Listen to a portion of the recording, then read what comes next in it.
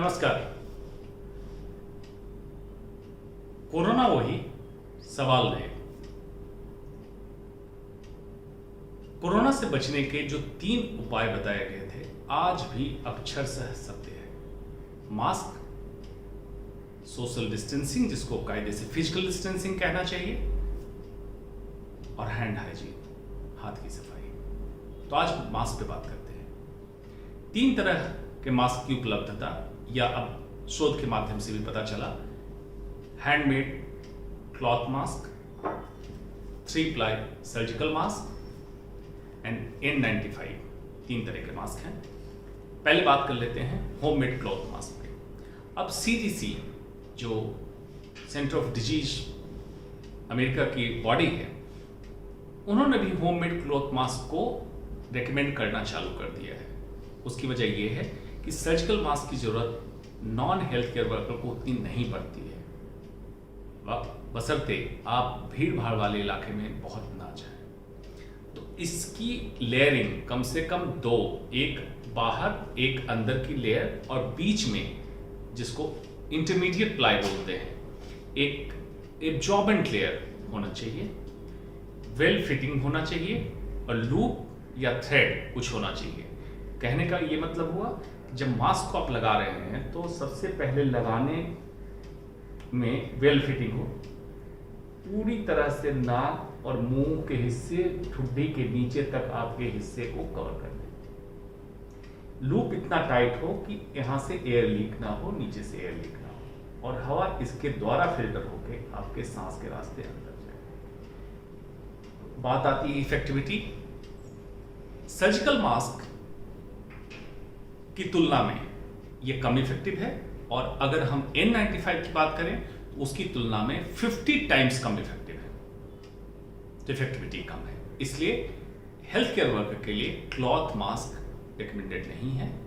General public cloth mask का इस्तेमाल कर सकते हैं अगर किसी ओपन स्पेस में, खुली जगह में, बिना भीड़ भाड़ वाली जगह में जा रहे हैं तभी तक। दूसरी बात आती है सर्जिकल 3 प्लाई मास्क की।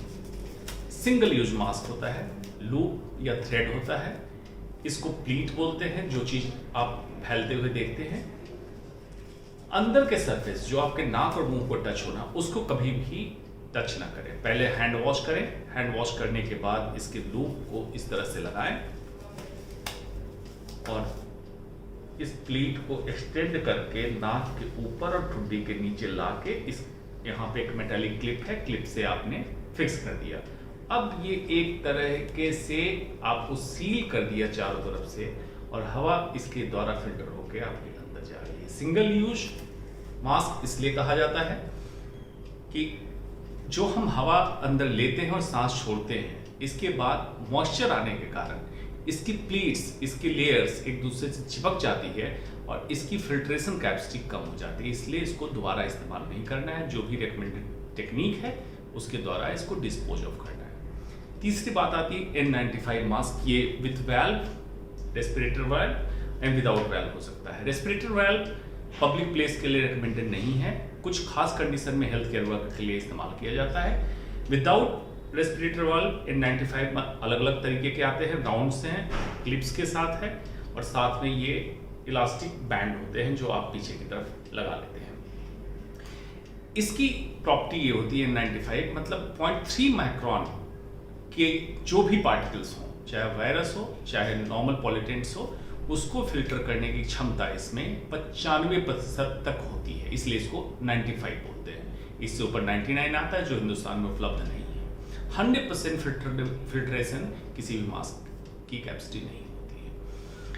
इसमें कई लोग सवाल करते हैं कितनी बार इस्तेमाल कर सकते हैं। देखिए, आइडियली स्पीकिंग हर कंपनी का उसके पैकेट पे रिकमेंडेशन लिखा होता है, लेकिन 8 घंटे इसकी लाइफ होती है और सिंगल यूज है। मतलब अगर आपने लगाया है तो 8 घंटे के बाद इसको फेंक देना है। लेकिन आज की कंडीशन में जब मास्क की शॉर्टेज हो रही है, तो कुछ एजेंसी इस तरह से रिकमेंड कर रही है कि corona virus usually dry and high temperature में 72 घंटे से ज़्यादा सर्वाइव नहीं कर रहा, मतलब एक्टिव नहीं रह रहा है। कोरोना वायरस जब एक्टिव नहीं रह रहा है तो इसका मतलब है कि आप इसको रोटेट करके 72 घंटे के बाद दोबारा N95 मास्क को इस्तेमाल कर रहे हैं, ऐसे कुछ रिसर्च पेपर में अब बताया गया है। मतलब इस मास्क को जिसको आज इस्तेमाल किया 8 घंटे के बाद आप ब्रीदेबल ड्राई पेपर बैग में रख दें। एक मास्क को दूसरे मास्क के साथ न रखें और 72 घंटे तक दूसरे N95 का इस्तेमाल करने के बाद फिर से आप इसको इस्तेमाल कर सकते हैं, मैक्सिमम 5 बार, 5 टाइम्स आप इसको रीयूज कर सकते हैं इन क्राइसिस टाइम। लेकिन आज भी ये सत्य है कि हैंड हाइजीन, मास्क लगाने से पहले हाथ प्रॉपर धोएं, मास्क से चेहरे को नाक के ऊपर से लेते हुए ठुड्डी तक पूरी तरह कवर करें ताकि हवा मास्क के द्वारा आपके सांस में जाए, और जब ब्रीद आउट करें, सांस छोड़ें, तो मास्क के द्वारा ही हवा बाहर निकले। मास्क उतारने के पहले हाथ जरूर धोएं, मास्क को रिकमेंडेड टेक्निक से डिस्कार्ड करें और उसके बाद हाथ जरूर धोएं। मतलब बार बार हाथ का धोना ही आपके हाथ में लगे कोरोना वायरस को आपके सांस की नली फेफड़े तक उतरने से बचाता है। ये आज भी उतना ही सत्य है।